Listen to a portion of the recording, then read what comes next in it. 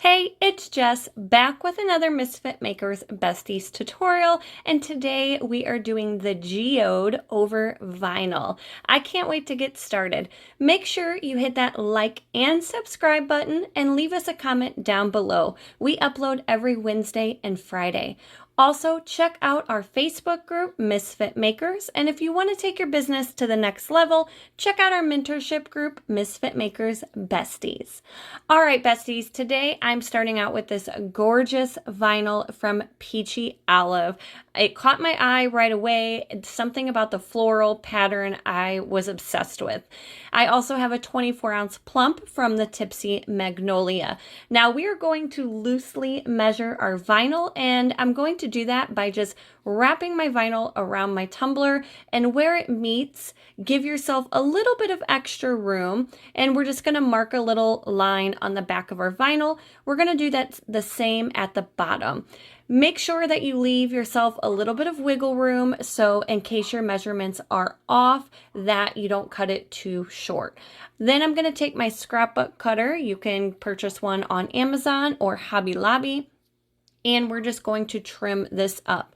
Once it is all trimmed up to your size that you want, it's time to apply it on our tumbler. Now, I like to take my Sharpie and draw a straight line on my tumbler first, so I have something that, I have a visual, like I need something to look at. I need that line there that I can see that my vinyl's going on straight. A lot of you guys are professionals out there. You don't need to mark yourself a line, and that is okay. Myself, I've made tons of wraps, but I still prefer to have that Sharpie line on my cup. And I try to just grab like a silver Sharpie or something similar, just in case I don't want that Sharpie showing through my vinyl. So I'm going to peel up a little bit of my vinyl, and you can see that backing is removed, and I'm just making sure that my line is straight, and then I'm actually going to cut off that backing so it's out of my way completely. So just about an inch, inch and a half. You don't want to remove your entire backing all the way, because you'll end up getting creases in your vinyl or glitter, or if you're like me and have 1,000 things on your desk, who knows what will stick to the back of that vinyl. So we're going to place it down, and once you line it up, I'm going to turn my cup around facing the other way, and then I'm going to use my little squeegee tool, and we are just going to wrap this all the way around our cup. Once you do a few wraps, I promise it gets easier and easier. If you don't have one of these felt squeegees, this one is from Dino's. Most craft stores or glitter suppliers do sell these. They are a lifesaver. Once I get my vinyl all the way wrapped around, right before the very end, I'm going to take a piece of painter's tape and apply that painter's tape to the other side of my vinyl. So when I do get my wrap all the way around, that my top piece of vinyl lays on top of that painter's tape. The reason I do this is because that painter's tape, I'm really going to be able to see that line underneath my vinyl, and it's going to be easier to trim our over piece up. Does that make sense? You can do it without your painter's tape there. I've done it multiple times, but that painter's tape is just going to give it like a stronger line where I'm going to be able to see it a little better. Hopefully that makes sense. I think it does. All right, once the backing falls off and your wrap is completely on, I'm then going to go in with a sharp X-Acto knife, and you can see here, guys, that you're able to see my line. That's because that painter's tape, like that line wouldn't be, I can't think of the word I'm trying to think of, like defined. That's probably not the word. Permanent. I don't know. Y'all know what I'm talking about. But it would not be like that if that painter's tape was not there. So once you clean up with your X-Acto knife, a nice sharp clean line, then you can go ahead and remove your painter's tape. And now we're ready to do our geode. So I'm going to go in with my blush pop of color, and the geode that I want, everybody's geodes look different. So you can do some like the inside of the geode, or you can do like I've seen the geodes like at the top of your cup and the bottom of your cup. Those are gorgeous too. I kind of wanted this just to be in the middle of my tumbler, and I wanted it to be like an oval shaped where only a piece of the rock was missing, and you can see inside of this and see this gorgeous geode. So this is the shape that I'm going for. I don't have a stencil or anything. Like I said, you don't want it to be a perfect oval shape. No geode when you crack a geode open. You know, it's all different shapes. I kind of want that, you know, like different angles and stuff. So I'm going to do a nice base coat of pop of color. The reason I'm not doing paint and then glitter is because you know, as you can tell here, even with one coat of pop of color, I can still see some of my vinyl showing through. So especially if you're using lighter glitter colors, I want to make sure I have a good base coat. So once I'm happy with my shape and that paint is dry, just dry it with your heat gun, we're then going to go in with our Mod Podge. Now for the inside of my geodes, my very first color, I like to use a chunky glitter color. I just think it really makes the geode pop, and it, you know, like I said, again, it's kind of more realistic if you crack open a real geode, like those chunky pieces are in the middle. So this is Athena that I'm going in with from Peachy Olive. It's one of my favorite golds, favorite chunkies of all time. I am obsessed with this gold. So we're just going to sprinkle it on there, and then I'm just going in with a dry brush to brush off all of our loose glitter. Now, since we are using a chunky, I did go in and make sure all of those chunky pieces are patted down. If you have some pieces fall off, that's okay. Those pieces were not meant to be there, but we want to make sure those are flat as can be, so you don't have to go in with 5 coats of epoxy before it's smooth. So after you get your base coat on there, we're going to do the exact same thing. I'm going to take my blush color again, and we're going to go around our shape. Remember, it does not have to be perfect. So I'm going to try to make some jagged edges and just kind of like make it look like a geode. They can be, I don't want all my lines to be the same width either. So here I'm doing a skinnier line. My next line, I'll go a little thicker and then try to do thin again and then thicker. So, and depending on what glitter colors you're using, you know, if you're using a red glitter, then your base coat is going to be red. Green, then your base coat's going to be green, etc., etc. For most of my colors, I will be using this blush, except for my last color. I end up using Acro, which is like an eggshell white. So here I am. I'm just following my center circle. And again, like I said, you can see those jagged lines. I don't want my shape to be perfect. We're going to dry that up and then go in with our next color. The next color that I'm using is 1776 from Peachy Olive as well. It is a really pretty, it reminds me of Love Lace from Peachy. It's kind of like a pinkish, purplish, iridescent. It's a really gorgeous color, and depending on what base you put it on, it depends on how it's going to look. I've used this on a purple base and it shows up a lot darker. Regardless what color base you have, this is a really pretty color, and I would recommend having it in your collection.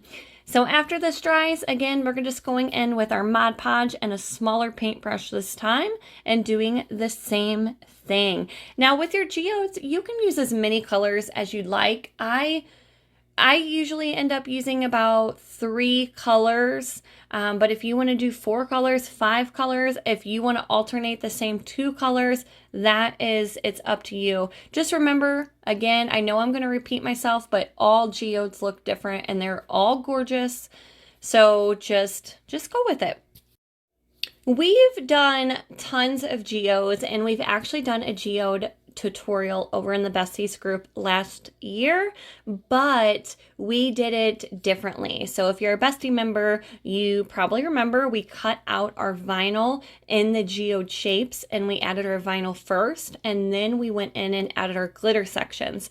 So very similar technique, but this way you're getting more vinyl than more glitter. So whichever way that you prefer.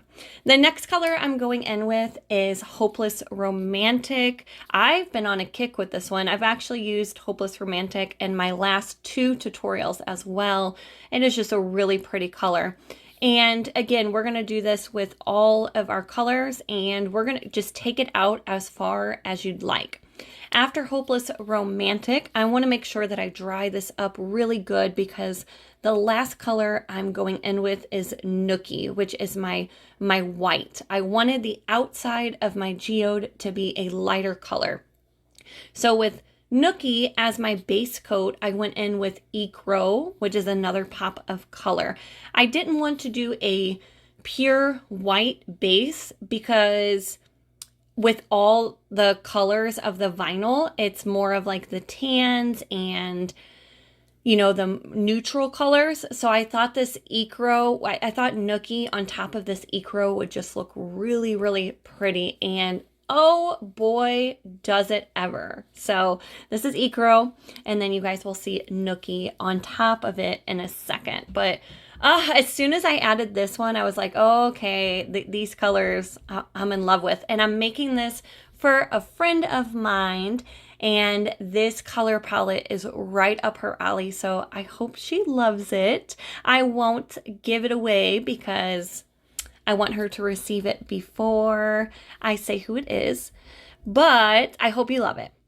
So after you get all of your glitter colors on your vinyl, you want to make sure that you seal this really well. So since we used Mod Podge, I am going to let my last color, after applying your last glitter color, I'm going to let my cup dry for about 20 minutes or so. You can definitely speed up the process by using a heat gun, but I just set it aside, and like most crafters, I have about 17 other projects that I could be working on.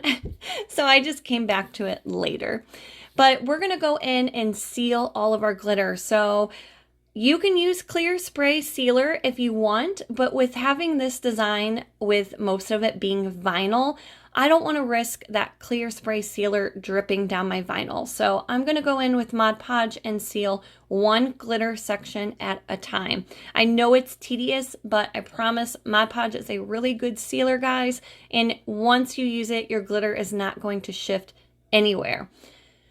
After this dries about 15-20 minutes, again, you can speed up the process if you want by using your heat gun. Then you are ready to epoxy. So I went in with about 40 mLs of my CCDIY fast set, and it was dry to the touch in 2 hours. Love my fast set from CCDIY.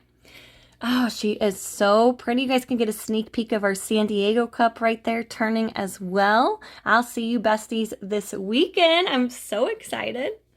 Now for the fun part. So do not overthink this, guys. Geodes, again, are not perfect, so you don't want to follow the line exactly. Make your line as squiggly as you can, as jagged as you can, okay? We're going to go in with Arteza markers. These markers are amazing. We've used them multiple times in our tutorials. They come in a pack of 40 with every single color that you could possibly want off of Amazon. I will link all of the supplies down below. This is the peach color out of the pack, and I thought it just matched beautifully. If you don't have the option to get these markers, there are multiple alternatives that you can use. CCDIY sells an oil-based pen that you could use.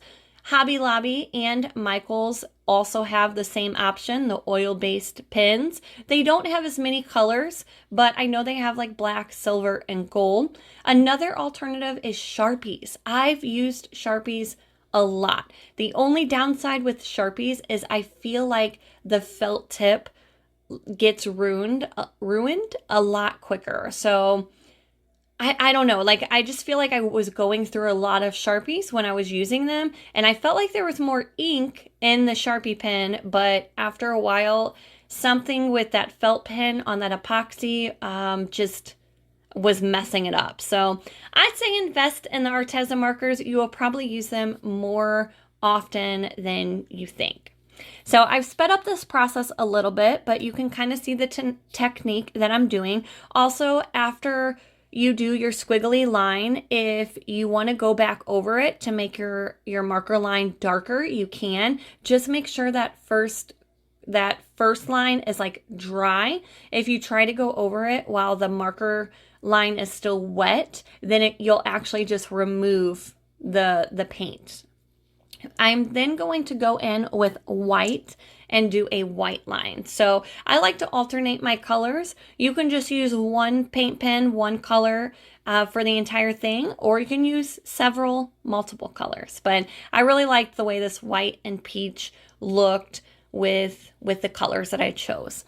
So after I did all my lining, I had to find a decal for this thing. And again, I am making this for a friend of mine. So I found this really cute decal that I thought was perfect for her.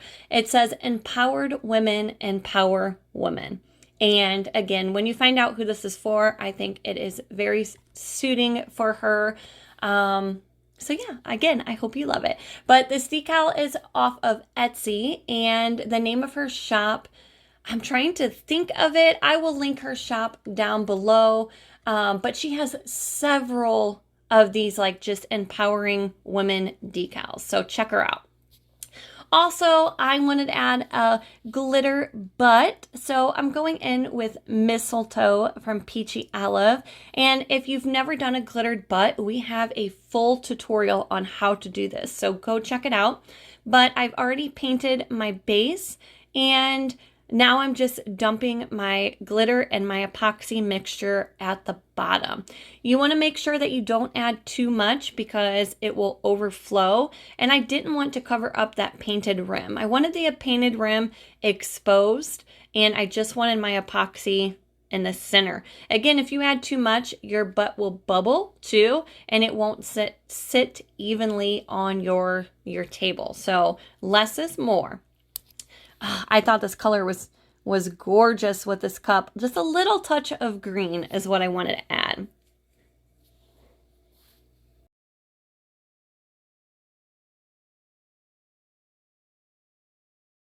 So we're going to set this aside and let it fully cure. Don't wobble your cup because I've done that before, not thinking, and my epoxy just started pouring out. And I was like, oh my gosh, Jessica, like, no.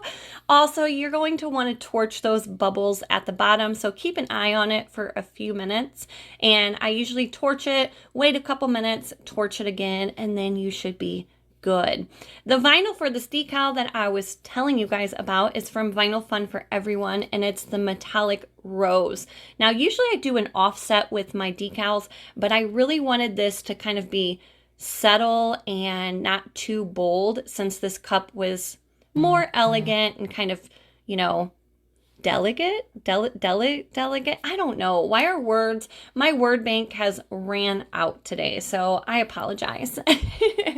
Also, I thought it would be a cute touch to add just a little bit of this vinyl on the butt of my cup, so I ended up cutting out a circle in my silhouette of this vinyl just to add on the butt. Perfect little touch. Now, after you get your decal added, I went in with some quick coat. You guys know I love my quick coat. Anytime you're doing anything with metallic vinyl or glitter vinyl, quick coat is a must. And the reason is because once you add that epoxy on your tumbler, epoxy likes to repel that metallic vinyl or that textured vinyl. So just a very thin coat of quick coat. The bottle will last you forever, and it dries really, really quick, but I promise you will have no more lifting. We went in with our final coat of epoxy, 30 mLs of our medium viscosity. Let her turn overnight, and here she is. I am obsessed with it. I think it is so gorgeous, and friend, I hope you love it. I hope this tutorial helped, and if it did, make sure you leave your comments down below. Voila!